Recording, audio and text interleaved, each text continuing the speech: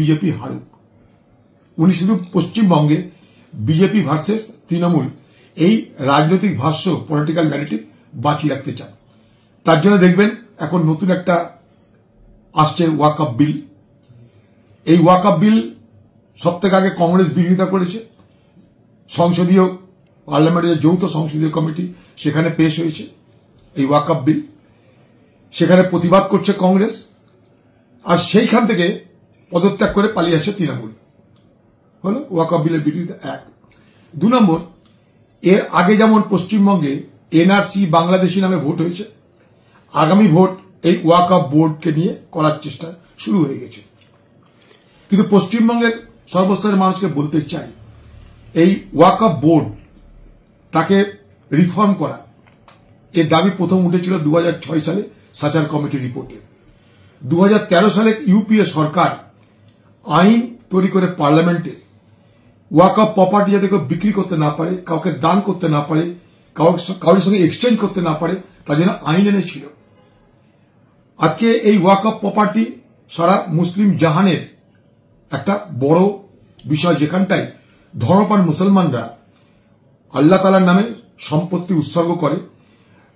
সেই সম্পত্তিকে বলে ওয়াকআপ সম্পত্তি। যে সম্পত্তি দেখভাল করে মতোয়াল্লি, যে সম্পত্তি থেকে যার লাভ হয় তা মুসলমান সমাজের গরিব বাচ্চাদের, বিধবা মাদের বা অন্যান্য নানা কাজে ব্যবহার করা হয়। এই ওয়াকআপ সম্পত্তির অধীনে, ওয়াকআপ বোর্ডের অধীনে ভারতবর্ষের 4,90,000 প্রপার্টি আছে। তার মধ্যে ঈদগাহ আছে, দরগা আছে, ইমামবাড়া, মোকাবারা, আসরনামা, বহুত কিছু আছে।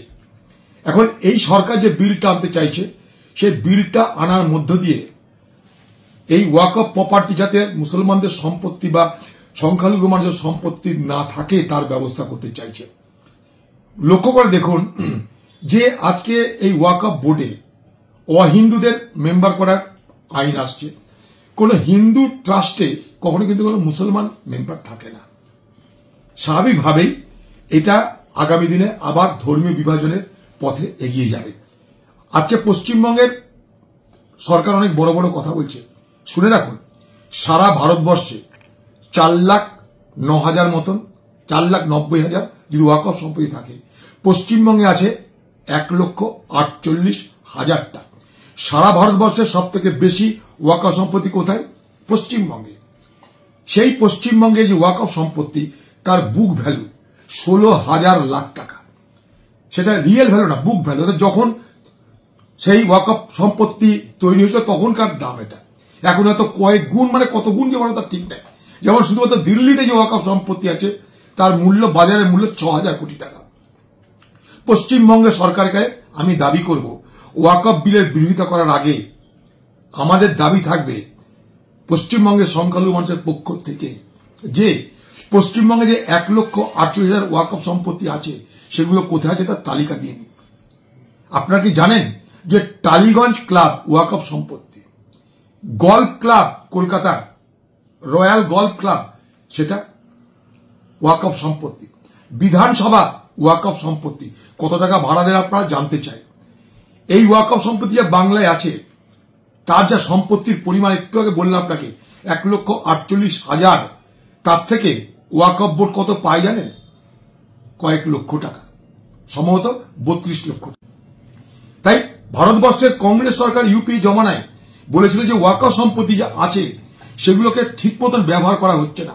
যদি ঠিক মতন ব্যবহার করা হয়, যদি ঠিক মতন কাজে লাগানো হয়, তাহলে এখান থেকে বছরে কয়েক হাজার কোটি টাকা রোজগার হতে পারে।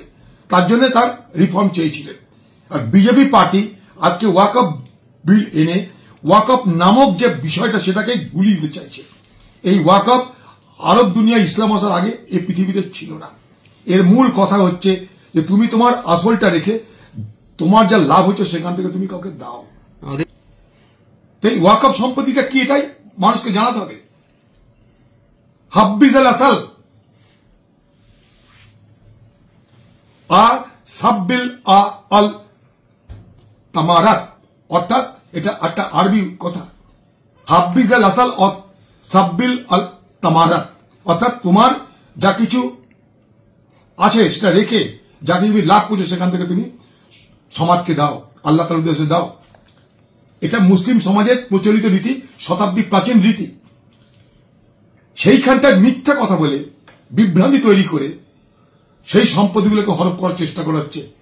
সেখানটায় ডিস্ট্রিক্ট ম্যাজিস্ট্রেট তার ক্ষমতা থাকবে কোনটা ওয়াকফ সম্পত্তি ঠিক করে দেওয়ার। বলুন, তাহলে সমাজের গুরুত্ব সেখানটায় ধ্বংস করে দেওয়া হচ্ছে। আজকে পশ্চিমবঙ্গে দুটো পার্টি, বিজেপি আর টিএমসি, যেমন এনআরসি নিয়ে শুরু হয়েছিল বিভাজন রাজনীতি, এই ওয়াকফ নিয়ে শুরু হয়ে গেল বিভাজন রাজনীতি। যেমন এনআরসি পশ্চিমবঙ্গের নির্বাচনের পর সমাপ্ত হয়ে গেছিল, ঘুমিয়ে গেছিল, ঠিক একই রকমের এই ওয়াকফ সম্পত্তির কথাও পশ্চিমবঙ্গে ঘুমিয়ে যাবে নির্বাচনের পর, কিন্তু ভোটের বিভাজন হবে। তাই আগামী দিনের এনআরসি যেটা হয়েছিল 21-এ, তারই আরেকটা রূপান্তর দেখবেন ওয়াকফ বিল। এই নিয়ে বিজেপি আর তৃণমূল নামছে ময়দানে।